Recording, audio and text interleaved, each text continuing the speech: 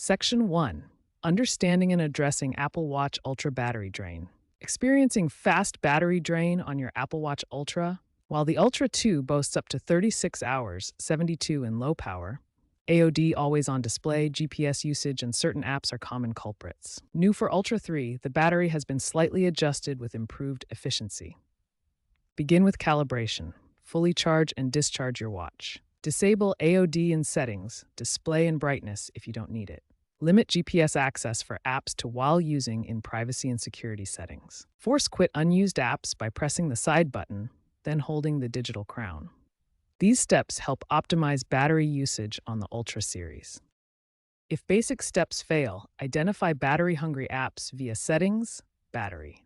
Uninstall or limit background refresh for those apps. Ensure your watchOS is up to date for the latest power management improvements, like adaptive GPS polling. If drain persists, consider resetting your watch or contacting Apple support. Looking ahead, Ultra 3 or future models may feature larger batteries and AI-driven power management, predicting usage patterns. Expect improvements to low power modes and smarter AOD functionality in future watchOS updates, focusing on seamless battery life and eco-friendly designs with increased recycled materials and battery recycling programs.